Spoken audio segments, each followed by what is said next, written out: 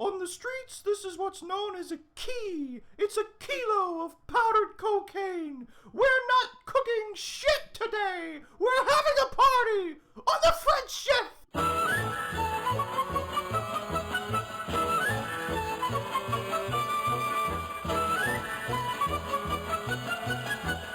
The 70s sure were different. Looks that way, doesn't it? Are you ever sad that you missed the 70s? Nah. I mean, the 70s were possibly the greatest decade ever for American film, and they were a pretty damn good one for TV, too, but, I mean, I can watch all that shit now. And then there was the energy crisis, the Nixon administration, the Vietnam War, ABBA. Nah, I'm glad I grew up in the 80s. Right, with homelessness, AIDS, and all those Miller Boyette sitcoms. Was that in ascending order of awfulness? I thought you might think so. Don't forget about Small Wonder. Wow, was that ever a piece of shit? And yet you watched it all the time. Well, Vicky was kind of hot. She was a child. So was I. A child with needs. It's still a little weird. Well, she's all grown up now, so what difference does it make? I wonder whatever happened to her. You know, I bet if I saw her today, she'd make more than my heart take flight. You know what I'm saying? Sadly, yes. What do you mean, sadly? Is it sad that you know me so well? No, that's not really what I meant. How long have we been best friends? Oh my goodness. Over 20 years. Ever since you bought me from that antique store. I remember. First time I saw you, I didn't have enough money to buy you, so I made Mom take us to Pap and Granny so I could get my monthly allowance, and then we went back, and I got you. And we've been inseparable ever since. Except for that year after you moved out of your parents' house when you left me sitting in a box in the shed. We've been inseparable ever since. You know, that antique store is closed now. The guy finally sold it. It's just sitting there empty. It's kind of sad. I used to go there all the time. You never knew what you might find. Yes, it was quite a place. And now it's gone.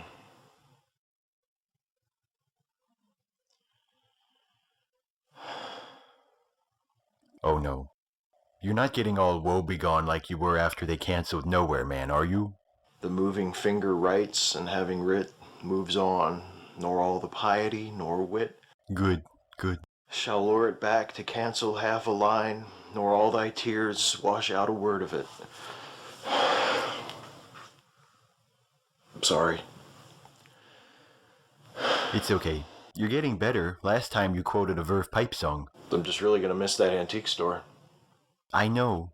And it is sad how we mark time by the loss of the things we love, the inexorable progress of time, mortality, the inevitability of death, not only for ourselves, but for everything. But what's to be done about it? I don't know. I'll find Father Time and I'll punch him in his stupid face. Which would make him want to do you a favor? Probably not. Such a fucking jerk. Who? Father Time. Oh, right. You probably want to be alone. Do you mind if I go read a book or something? There.